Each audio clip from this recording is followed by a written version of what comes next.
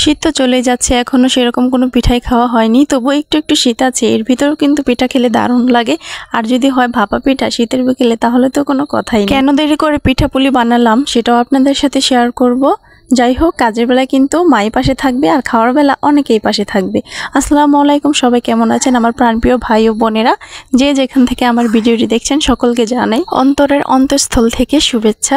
তো এখন আমি ভাপা পিঠা বানানোর জন্য আর কি সকালবেলায় চালটা ভিজিয়ে রেখেছিলাম, চালটাকে আধ ঘন্টা আগে ভিজিয়ে রেখেছিলাম।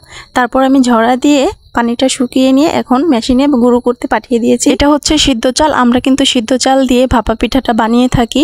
আর সিদ্ধ চালটা আগে একটু ভিজিয়ে রেখে তারপর দিবেন ভাঙানোর জন্য, তাহলে কিন্তু কোনো পিঠাই একটু ভেঙে যাবে না যখন সিদ্ধ করবেন। আর এদিক দিয়ে আমি নারকেলটা ভেঙে নিচ্ছিলাম। মাশাআল্লাহ, নারকেলটা দেখে আমি আর আপনার ভাইয়া দুজনেই সন্তুষ্ট হয়েছি, কারণ অনেক দাম নিয়েছিল। তারপর একটু ভালো বের হয়েছে, এখন একটু মনে খুশি লাগছে। তারপর নারকেলটাকে এখন কুড়িয়ে নেব। এদিক দিয়ে নারকেলটাও কুড়ানো শেষ হয়ে গেছে। তারপর এখানে মিঠাইটাকে আমি বটি দিয়ে ছোট ছোট করে কেটে নিব। পিঠা বানানো আসলে অনেকটাই কষ্টকর হয়ে যায়, কিন্তু খেতে তো মজাই লাগে, তাই না? সেই সকাল থেকে আয়োজন করা শুরু করেছি, এখন বিকেল এসে পড়েছে আর মা আসবে পিঠা বানিয়ে দেওয়ার জন্য। এদিক দিয়ে আমি পাতিলাটাও ঠিক করে নিব। যে পাতিলায় ভাপ দিব সেই পাতিলার উপরে আমি পিঠার শাঁসটাকে বসিয়ে দিয়েছি। তারপর এখানে কিছু আটা নিয়েছি আর পানি দিয়ে আটাটাকে গুলিয়ে তারপর মুখটাকে আটকে দিব, যাতে করে কোনো প্রকার পানির ভাবটা বাইরে বের হয়ে না আসতে পারে। এখনো পর্যন্ত আমার সাথে যারা আছেন তাদেরকে অসংখ্য ধন্যবাদ। যারা এখন একটি লাইক দেননি প্লিজ একটি লাইক দিয়ে দিবেন। মা আবার বাসার সব কাজটা সেরে তারপর আসবে বিকেলবেলা পিঠা বানিয়ে দেওয়ার জন্য, কারণ ভাপা পিঠাটা আমি ততটা ভালো করে বানাতে পারি না।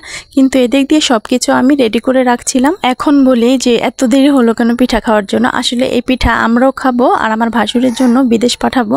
তার জন্য ভাবলাম যে একবারই যখন বানাবো তখনই ভালো হবে, বারবার এত ঝামেলা বাচ্চা নিয়ে করতে ভালো লাগে না। আসলে খাওয়ার সময় কিন্তু সবাই থাকে, কিন্তু কাজের বেলা কেউই থাকে না। এই মা ছাড়া কিন্তু মেয়েদের কোনো উদ্ধার নেই, হোক সেটা শ্বশুর বাড়ি বা বাবার বাড়ি। এখন এই চালগুলোকে সুন্দর করে পানি দিয়ে একটা সুন্দর ডো তৈরি করে নিল। বেশি একদম ভেজাও হবে না, আবার শুকনো হবে না। এই চালটাই হচ্ছে আসল। এই চালটা যারা ভালো করে মথতে পারবে ভাপা পিঠাটা একদম সুন্দর হবে। আর এটা কিন্তু আমার মা খুব ভালোভাবে করতে পারে। শুধু লবণ দিয়ে আর পানি দিয়ে এটাকে মিশিয়ে তারপর চেলে নিল সুন্দর করে। তারপরে দেখুন কত সুন্দরভাবে ভাপা পিঠা বানিয়ে নিচ্ছে। সবকিছু দিয়ে আবার উপর দিয়েও কিন্তু একটু মিঠাই দিয়ে দিল, কারণ যদি মিঠাইটা দেওয়া হয় তাহলে ভাপা পিঠাটা যখন সিদ্ধ হয়ে আসবে তখন দেখতে খুবই সুন্দর লাগবে। আবার মা ভরে নিচ্ছিল, আসলে 3টা বাটি একসাথে ভরে নিবে, তারপর একে একে আবার ভেজেও নিবে। 3টা করে যেহেতু পাতিলায় আসবে তার জন্য 3টা করে একবারে ভরে নিতে হবে। প্রথমে চালের গুঁড়ো, তারপর মিঠাই, তারপর নারকেল, তারপর আবার চালের গুঁড়ো, তারপর উপর দিয়ে কিছু মিঠাই দিয়ে সুন্দর করে ভরে নিয়েছে। আর যে কাপড়টা ব্যবহার করা হয়েছে এখানে সেটা কিন্তু মার্কিন কাপড়, বাজারে পাওয়া যায়। সেটাকে পানিতে ভিজিয়ে তারপর ভাপা পিঠাটা দিতে হবে। আর এই চালের গুঁড়ো উপর দিয়ে যখন দিবেন বেশি একটা জাতা দেওয়া যাবে না, তাহলে কিন্তু পিঠা শক্ত হয়ে যাবে, ভালো লাগবে না খেতে। আর এই যে দেখুন পানিটাও বলক চলে আসছে। এইভাবে যদি আপনারা চালটাকে সুন্দর করে মতে নিতে পারেন তাহলে কিন্তু ভাপা পিঠা একদম পারফেক্ট হবে, এই নিয়মে যদি করে থাকেন। আমার মায়ের হাতের ভাপা পিঠাটা কিন্তু অনেক ভালো হয়, তার জন্য মাকে আসতে বলেছি বানিয়ে দেওয়ার জন্য। 3টা বাটি মা ভরে নিয়েছে, এখন একে একে দিয়ে দিবে। 3টা করে পিঠা উঠে আসবে এই খোলা থেকে। বেশি একটা সময় লাগে না এই পিঠাটা হতে, 3 থেকে 4 মিনিটের মতো ভাপ দিলে একদম সুন্দরভাবে হয়ে যায় ভাপা পিঠাটা। আর পাতিলে যখন পানি দিবেন একদম ভরে দিবেন না, তাহলে পিঠার সাথে লেগে যাবে। আবার একদম নিচেও দিবেন না পানিটা, আপনারা মিডিয়াম সাইজে রাখবেন, তাহলে বলক উঠবে ভালোভাবে আর পিঠাটা সিদ্ধ হবে ভালোভাবে। এই তো দেখুন মা পিঠাটা উঠিয়ে নিচ্ছে, দেখতে কতটা সুন্দর তাই না? উপর দিয়ে যে মিঠাইটা দেওয়ার কারণে কিন্তু এরকম সুন্দর হয়েছে। উপর দিয়ে যদি একটু লাল লাল ভাব না থাকে তাহলে কিন্তু পিঠাটা দেখতে সুন্দরই লাগবে না, এটাই একটা সৌন্দর্য। আর আমি ভাপা পিঠাটা একটু গরম গরম খেতেই পছন্দ করি, তাই একটা পিঠা ভেঙে দেখছিলাম। আর খেয়েও তো দেখতে হবে তাই না, যেহেতু এটা বিদেশ পাঠাবো, মিষ্টি লবণ সব ঠিক আছে কি না। নারকেলের কামড়ে কামড়ে পিঠাটা খেতে কিন্তু খুবই ভালো লাগছিল। ওই দিক দিয়ে আমার হাজবেন্ডও খাচ্ছিল। আর যে আঙ্কেলের সাথে পিঠাগুলো পাঠানো হবে আমাদের বাড়ির পাশেই, তাকিয়ে 2টা পিঠা পাঠিয়ে দিলাম।